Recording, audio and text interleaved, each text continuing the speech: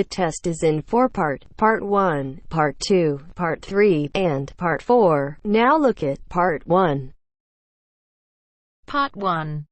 You will hear a woman asking about membership of a society. First, you have some time to look at questions 1 to 4.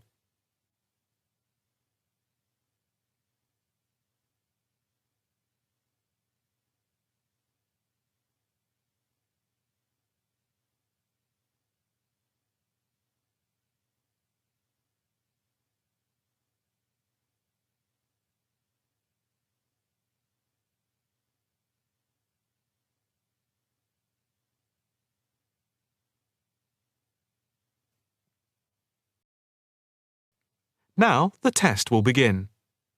You should answer the questions as you listen, because you will not hear the recording a second time.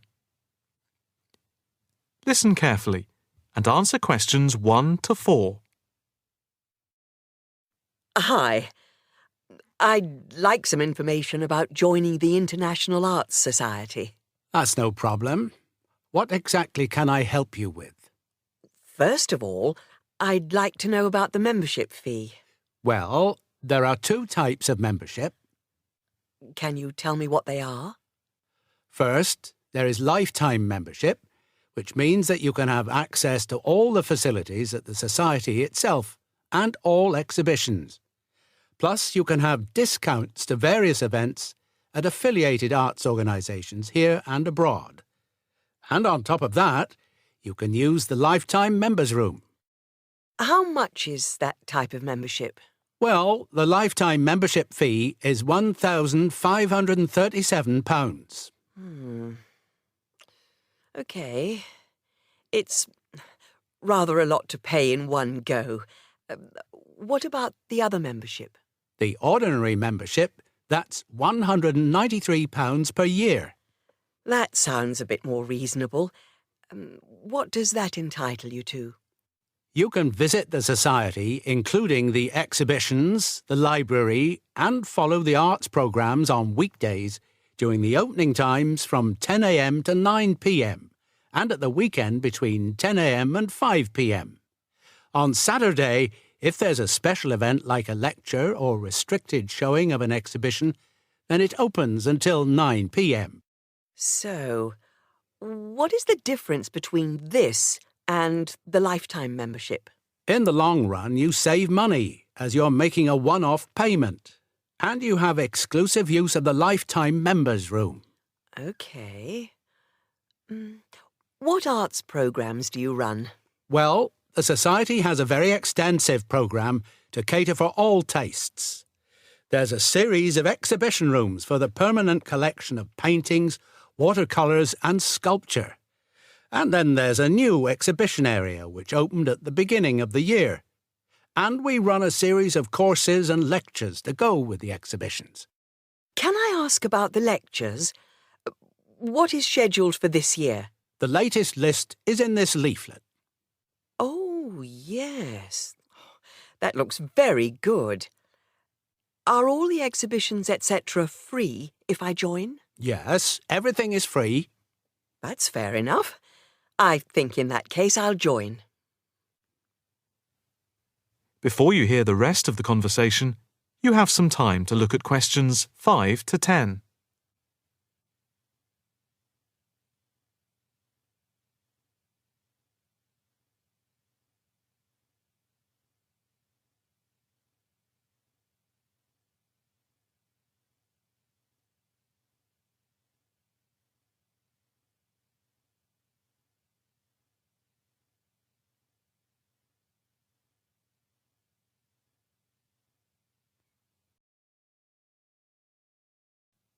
Now listen and answer questions 5 to 10. I just need to take your name, address and telephone number. First, your name. Margaret Rochester. I take it that's Rochester. Yes, that's it. And the address? It's 55 Stone Avenue. OK. Avenue. And the postcode? Let's see. It's M A7 4PQ. And a daytime telephone number? Can I give you my work number? Yeah, that's fine. It's 0207 895 2220, and the extension is 6633. Can I pay by credit card? Yes, of course. Do you want to pay for the full year at one time or by monthly instalments? You pay £4 extra a month if you pay by instalments. OK. I think I'll pay by monthly instalments. Right. If you just complete this form, then we can set up the monthly payments. OK. If you just put your PIN number in the machine, I can deduct the first month's payment. Right. That's gone through. Here's your card. I now just need to take your photograph over here, and then I can put it on your membership card. OK. That's it. I'll just print out your membership card. Right, here you are. Thank you. By the way, can I bring any friends to the Society exhibitions and lectures? With the ordinary membership, we can issue a day pass once a fortnight, which allows you to bring a friend in. But you have to accompany them. Thank you. Can I go in now? Yes. You just swipe your card here. That is the end of part 1. You now have half a minute to check your answers.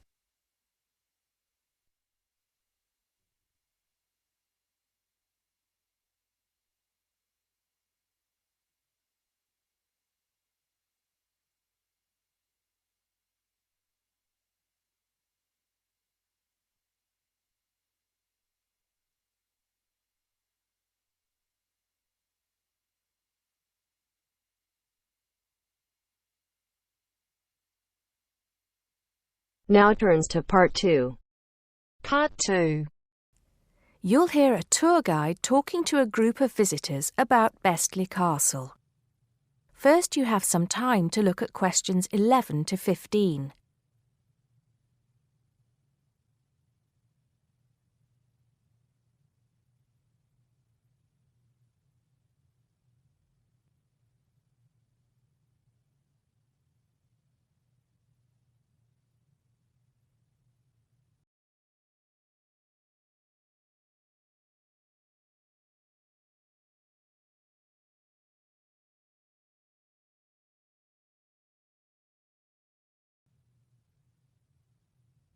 Now listen carefully and answer questions 11 to 15. Welcome to Bestley Castle. It's nice to see so many of you here today. Before we go in, I'd like to tell you some information about the castle, the things to see and do, and the facilities available to you in the grounds. We'll do our best to make this a truly memorable visit. Now, the castle grounds are quite big, and we don't want you to get lost, so I'm going to give you an idea of the layout. At the moment, we are at the entrance, and immediately to our left is the Tourist Information Office. Go here if you need any questions answered. They'll be happy to help. And of course, behind the tourist office is the car park where the coach dropped you off. And he'll also pick you up from the same spot at 5 p.m. today. In front of us are the water gardens. If you stroll through, you get to the North Bridge, which is the entrance to Bestley Castle. Take your time and enjoy looking around the castle. There's a lot of history steeped in those walls. As you leave the castle via the South Bridge, you'll be greeted with the sight of roaming deer. During the day, there will be scheduled feeding opportunities where visitors can get involved. However, we do request that you do not feed the deer outside these times. To the right of the deer park is the Castle Museum, and behind that is our award-winning restaurant. It's a relatively new addition to the castle grounds, but is fast gaining a reputation for its food. Alternatively, you can choose to dine in the picnic area on the other side of the deer park. It's perfect for the family as it's next to the kids' play area and homemade ice cream hut. We hope that on your way out, you pop into the gift shop by the exit for something to remember us by. Before you hear the rest of the talk, you have some time to look at questions 16 to 20.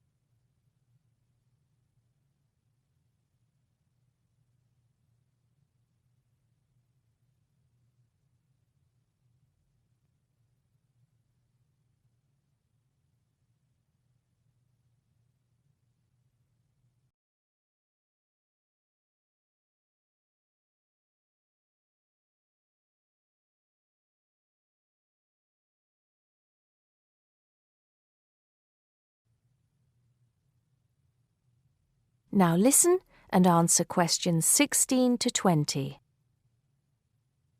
Admission to the grounds is free for all. That includes the museum, gardens, and picnic area. There is an admission fee for the castle, which is £6.50 for adults, with a 10% discount for students and retired people. Children under the age of 16 pay half adult price, and under 8 go in free. There are many spectacular events throughout the year, and for most of them, there's also an admission fee.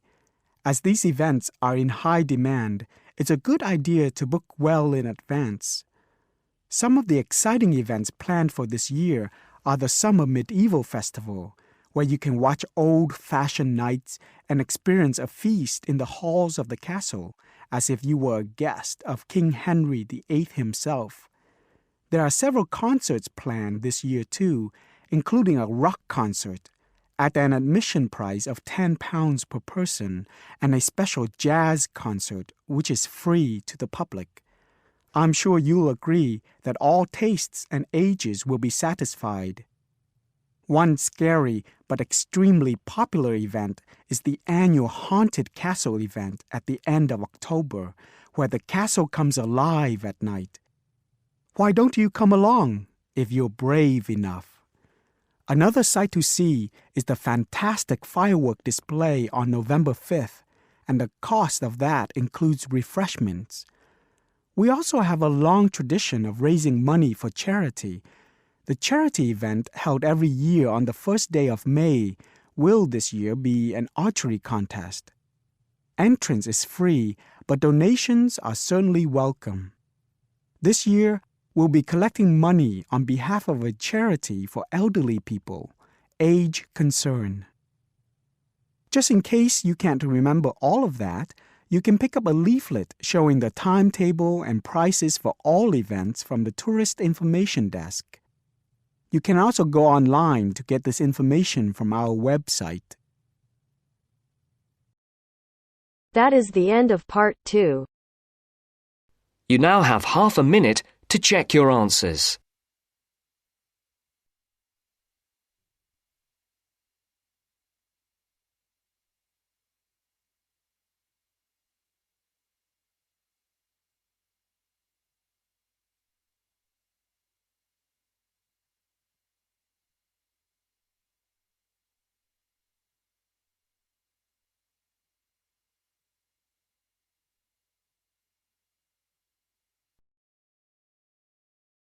Now turns to part 3. Part 3. You will hear a talk given by a lecturer to a group of civil engineering students on the reed bed system for sewage treatment. First, you have some time to look at questions 21 to 24.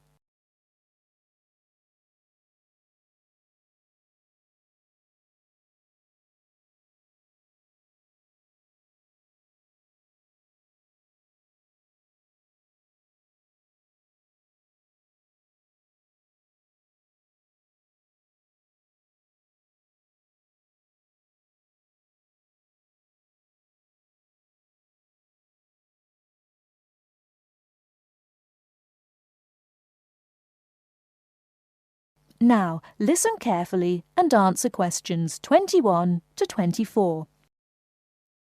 Thank you for inviting me to speak to you today about what is now called the reed bed sewage treatment system. This system uses naturally occurring reeds to treat domestic and industrial waste. It's an environmentally friendly alternative to normal systems. You all know what reeds are like, don't you? Those tall plants with hollow stems that grow in wet places, like marshes, for example. Here's how the system works. First of all, an artificial marsh is created. To do this, holes are dug about 1 metre deep and usually rectangular in shape. They are then lined with clay or plastic, and the liner is covered with gravel. After that, a system of tubing is laid, with holes in it, and more gravel is added to cover that. Finally, reeds are planted in the bed. The sewage is brought to settling tanks. From there it is distributed to the roots of the reeds through the tubing. Note that the waste material enters the beds underground and remains underground. The reeds conduct oxygen very efficiently through their stems to the roots system. Here, bacteria work to reduce the waste material to basic elements. What comes out of the artificial marsh is water that has been cleaned through a natural process. The purified water leaves the reed bed through a simple outflow pipe. The water that comes out has to be tested. Sometimes it's held in a pond until it evaporates or soaks into the ground. Sometimes, after testing, the water is discharged directly into streams and rivers. Before the talk continues, with questions from the students, before you hear the rest of the talk, you have some time to look at questions 25 to 30.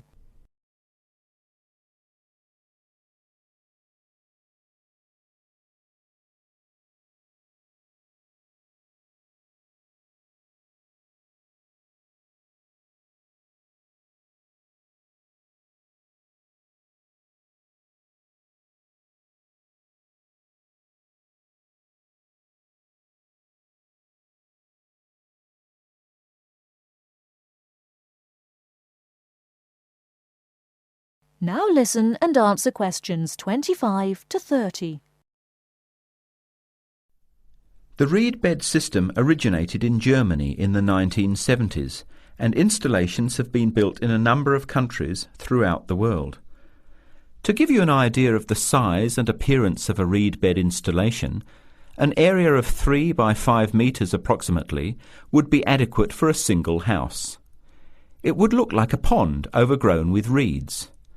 There are cities with 150,000 people in Germany whose entire sewage treatment requirements are served by reed bed installations which extend for 10 to 20 hectares.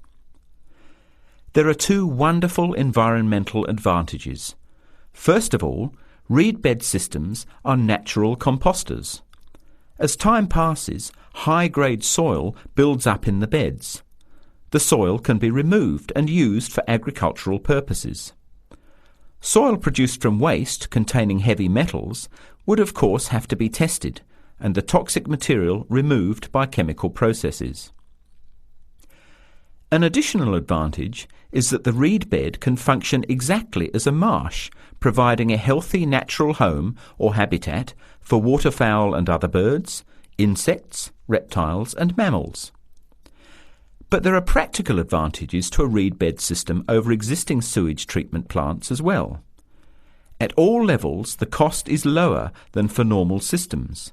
Labour costs are a fraction of the costs of a conventional system. Typically, a large-scale reed bed installation will cost 10% less than a mechanical system. They require little maintenance, and unlike mechanical systems, the efficiency of reed beds increases over time. But before we go any further, you must have some questions. Maybe this sounds too good to be true. That's exactly what I wanted to ask.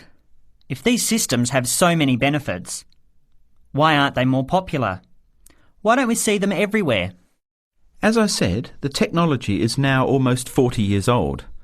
Demonstration projects of all types have been built and monitored and are slowly convincing regulators of the advantages of the system.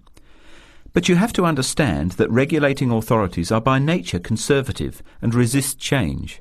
Typically, there's a lot of opposition to these systems by manufacturers and by everyone involved in maintaining the conventional systems.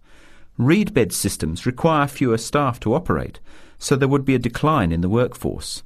Therefore, unions would resist the change as well. What happens to reed beds in winter? Does the efficiency decrease? The above-ground part of the plants die back in cold weather, but the roots remain alive and active, and the system continues to work just as effectively in winter. As soon as the weather warms up, new reeds appear and grow quickly. Is there a problem with mosquitoes in these ponds? Well, they're not exactly ponds with standing water. The beds look more like a field covered with long grass. The soil is moist, but not like a swamp, so there would be no more mosquitoes than in any other field.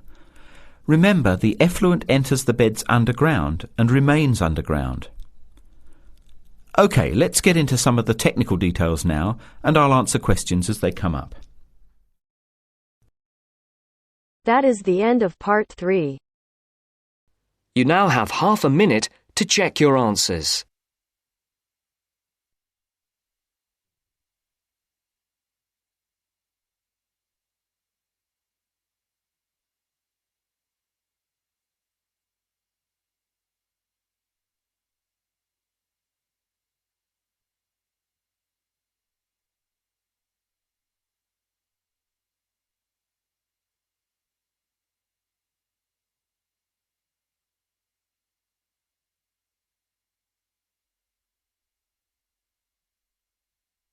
Now turns to part 4.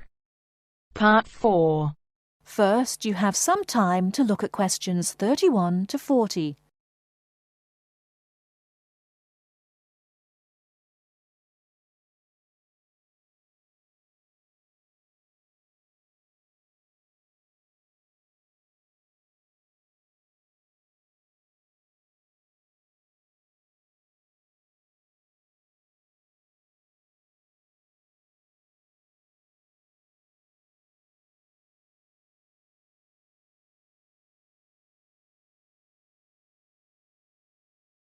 Now, listen carefully and answer questions 31 to 40.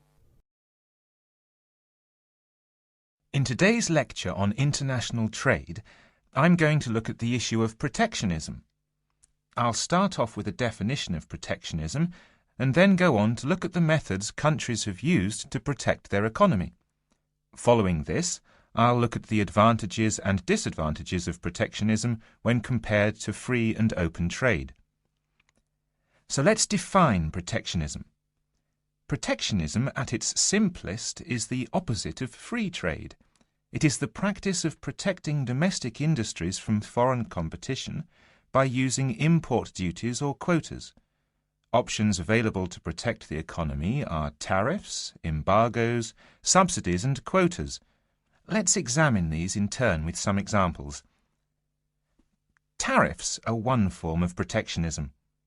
It is a tax which is applied to imported goods, but not to home-produced goods. The idea is to make the imported goods more expensive than the home-produced ones, so that consumers buy home-produced items. An ongoing example of protectionism via tariff is between Britain and the USA. Britain buys most of its bananas from Commonwealth countries, largely in the Caribbean. However, the USA owns banana plantations in South America.